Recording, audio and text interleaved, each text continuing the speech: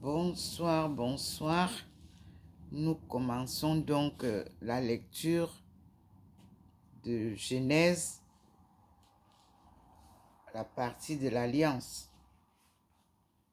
Comme nous avons vu que nous avons reçu de nos frères des États-Unis leur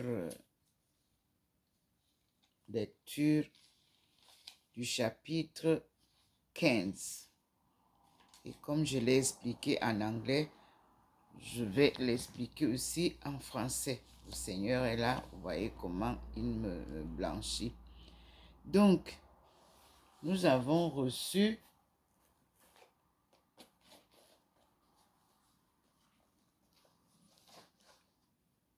de Louis Farrakhan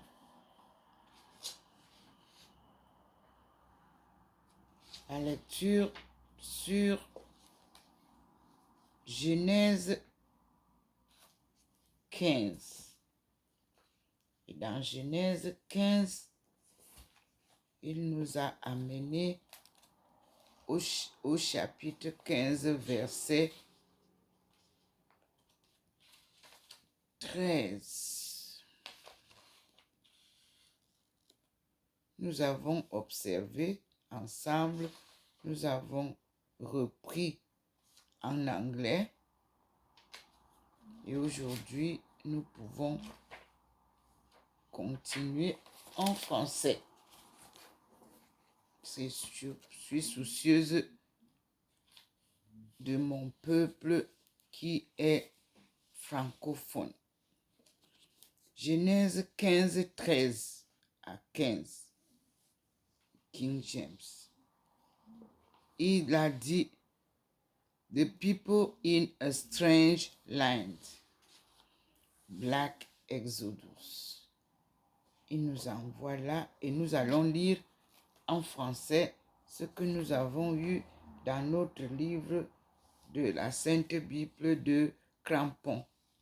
Chanoine Crampon nous dit l'alliance, promesse d'une prospérité, le rite de l'alliance et détail. On va donc lire d'abord ce qui nous a été envoyé avant de revenir à la lecture que Dieu nous demande de comment Dieu veut que nous on lise ça. Ils nous ont donné donc verset 13 et je lis. Yahvé dit à Abraham, je voudrais ajouter une précision, je n'ai pas dit Dieu dit à Abraham, je dis Abraham, A-B-R-A-M.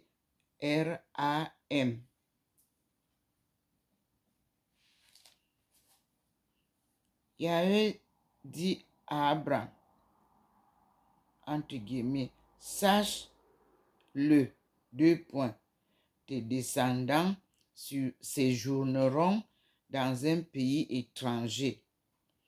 On les asservira et on les opprimera pendant 400 ans. Et je vous ai expliqué, ça, c'est les 400 ans en Égypte.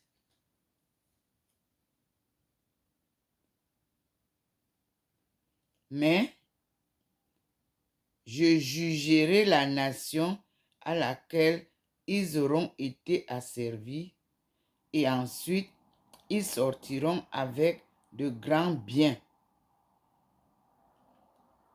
15. Toi, tu t'en iras en paix vers tes pères. On t'ensevelira dans une heureuse vieillesse. À la 4e génération, ils reviendront ici, car l'iniquité de l'Amoréen n'est pas encore à son comble. Amour. Alors, on nous a dit de lire de 13 à 15.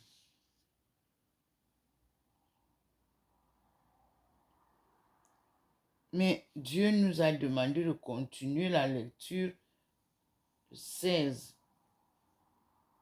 17, 18. Et nous l'avons lu. Et nous avons vu que nous tombons sur Exode. Mais ici, eux, ils n'ont pas donné de référence.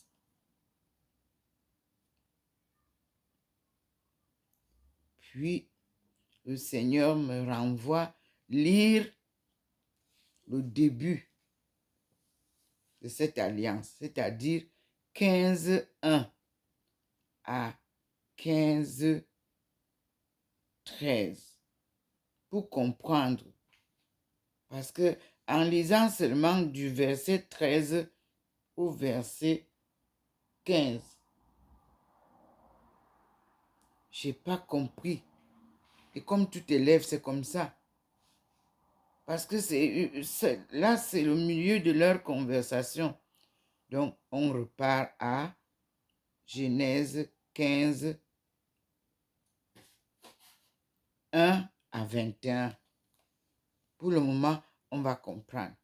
On commence par 1. Après ces événements, la parole de Yahvé fut adressée à Abraham en vision.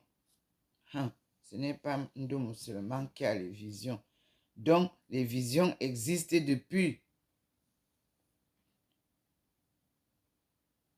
En vision, Dieu lui dit, ne crains point, Abraham, je suis ton bouclier. Ta récompense sera très grande. Fermez les guillemets. 2.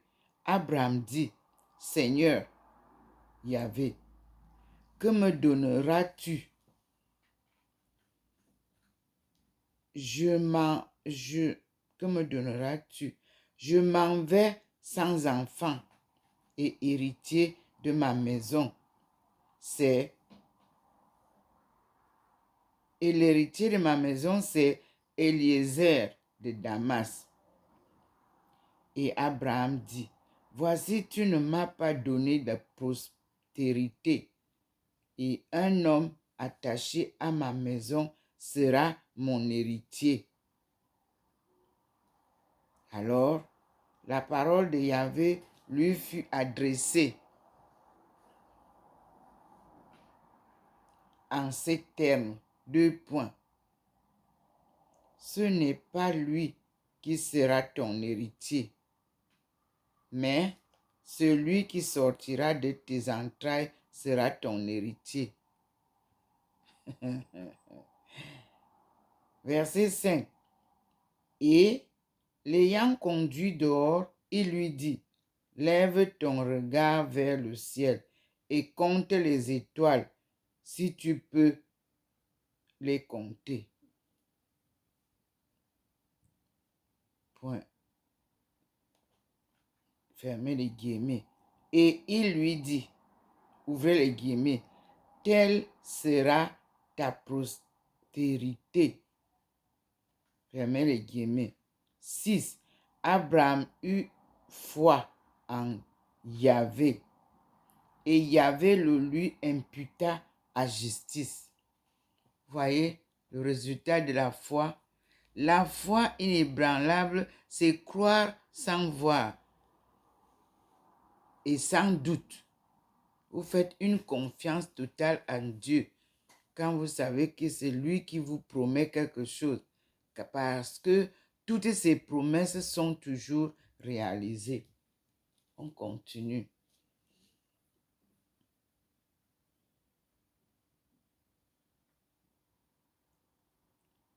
Abraham eut foi en Yahvé, et Yahvé le lui imputa à justice. 7. Et il lui dit, 2 points, c'est Dieu qui parle, je suis Yahvé, qui t'ai fait sortir d'Our des Chaldéens, pour te donner ce pays en héritage. Fermez les guillemets. 8, Abraham dit, Seigneur Yahvé, à quoi connaîtrai-je que je dois en hériter? Et Yahvé lui dit, prends une génisse de 3 ans, une chèvre de 3 ans, un bélier de 3 ans, une tourterelle et un jeune pigeon. Fermez les guillemets. Abraham prit tous ces animaux et les ayant partagés par le milieu, il plaça les moitiés en face de lui, en face de l'une de l'autre. Mais il ne partagea pas les oiseaux. 11. Les oiseaux de proie s'abattirent sur les cadavres et Abraham les chassa. Vers le coucher du soleil, un profond sommeil tomba sur Abraham. Une terreur, une obscurité profonde tombèrent sur lui. 13. Yahvé dit à Abraham, sache-le, tes descendants séjourneront dans un pays étranger. On les asservira et on les opprimera pendant 400 ans. 14. Mais je jugerai la nation à laquelle ils auront de grands biens. Ils auront été asservis, et ensuite ils sortiront avec de grands biens. Je viens retrouver le verset 13 à 15. Toi, tu t'en iras en paix vers tes pères. On t'ensevelira dans une heureuse vieillesse. Et le Seigneur me dit qu'il faut continuer la lecture. 16. À la quatrième génération, ils reviendront ici, car l'iniquité de la moraine n'est pas encore à son comble.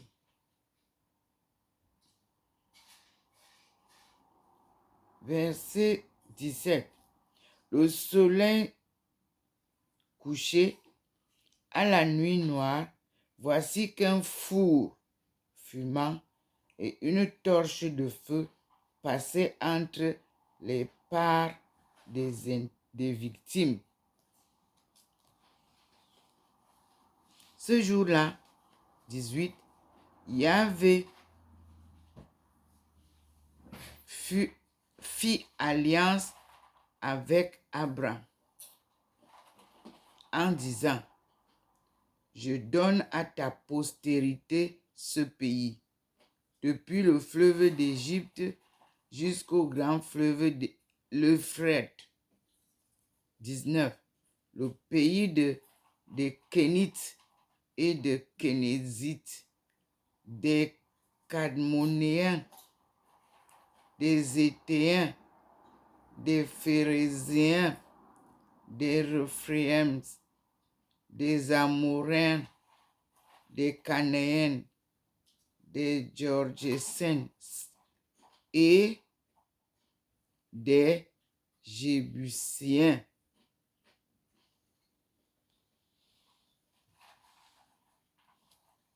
Donc, ici, nous avons reçu ceux des États-Unis, qu'ils voient comment la terre qu'on leur a donnée ne leur appartient plus. La promesse d'une prospérité semble leur être arrachés.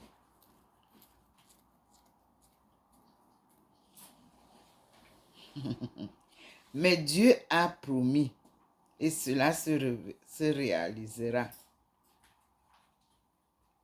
Alors il dit, il faut lire le 16. Sarah, le 16, 1 à 16, c'est la naissance d'Ismaël. Abraham pleure qu'il n'a pas d'enfant, donc il va mourir sans enfant. Dieu lui promet que tu en auras. Et que regarde les étoiles du ciel. Ta descendance sera plus que ce que tu vois là comme étoile au ciel. Donc, le Seigneur m'a donc conduite à la lecture du chapitre 16 comme suite. Sarah, femme d'Abraham, ne lui avait pas donné d'enfant et elle avait une servante égyptienne nommée Agar. Sarah dit à Abraham, voici que Yahvé m'a rendu stérile. Veux-tu venir vers ma servante? Peut-être aurai-je des enfants par elle. Abraham accepta l'offre de Sarah.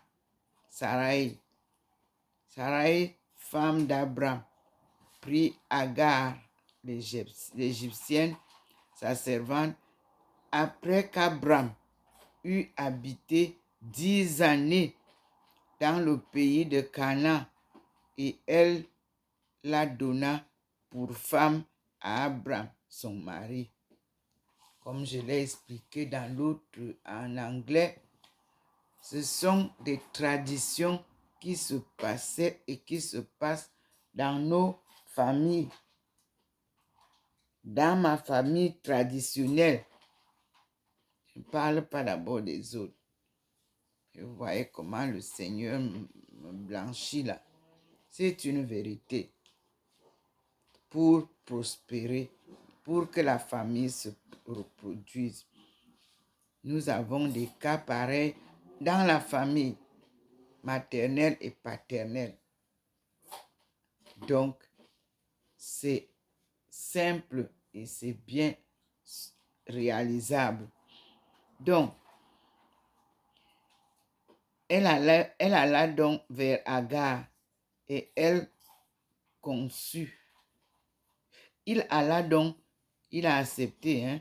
Il alla donc vers Agar et elle conçut.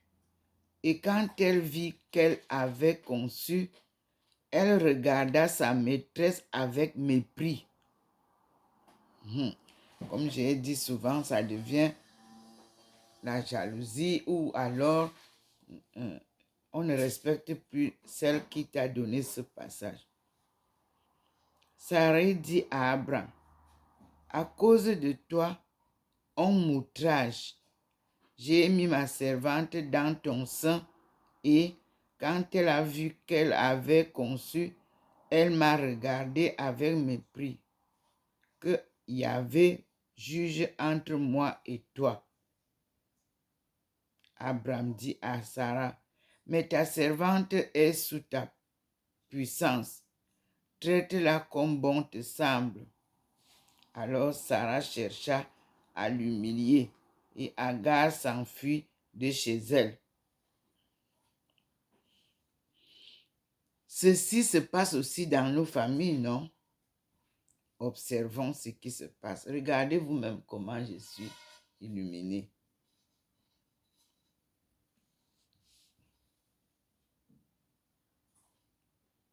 L'ange de Yahvé la trouva près d'une source d'eau, dans le désert, près de la source qui est sur le chemin de Chour. Il dit, Agar, servante de Sarah, d'où viens-tu et où vas-tu? Elle répondit, de chez Sarah, ma maîtresse, je me suis enfuie. L'ange de Yahvé lui dit, retourne chez ta maîtresse et humilie-toi sous sa main. Voyez, l'humilité. Dieu lui dit de faire ça. Alors là, je vois que je suis complètement blanchâtre là. Je pense que c'est... Il faut que j'observe quelque chose. Nous avons lu l'Alliance. Donc, ce chapitre 15 de Genèse nous amène vers le détail de la promesse de prospérité et le rite de l'alliance faite avec Dieu, que notre ancêtre Abraham a fait avec Dieu.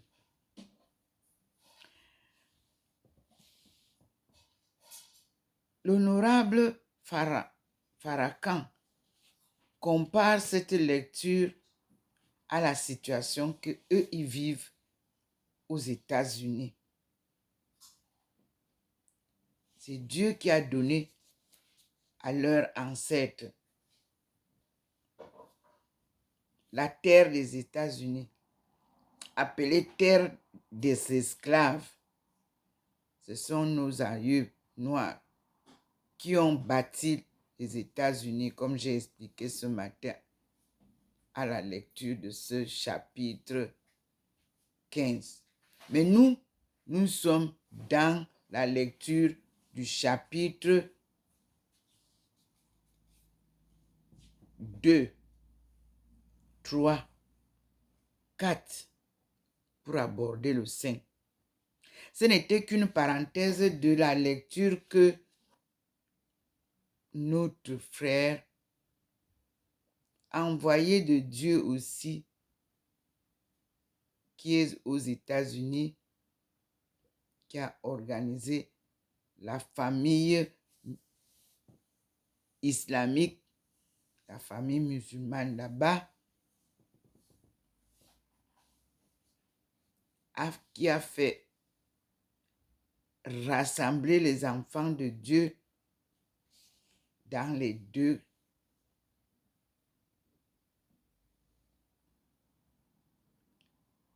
Allah, Dieu, c'est le même. Donc, il a rassemblé les chrétiens et les musulmans. Et les chrétiens sont de la confédération des baptistes. Et nous allons lire ensemble désormais les deux livres. Puisque moi-même, Dieu m'a fait devenir musulmane alors que je disais que moi, je suis catholique. Il m'a dit, c'est moi qui t'ai dit. Suis-moi. Je suis le chemin. Donc, je suis le Seigneur. Vous voyez comme je suis blanchâtre là, il faut que je vérifie le Seigneur de quel côté il veut que j'aille voir, dehors, au balcon ou bien derrière, je ne sais pas.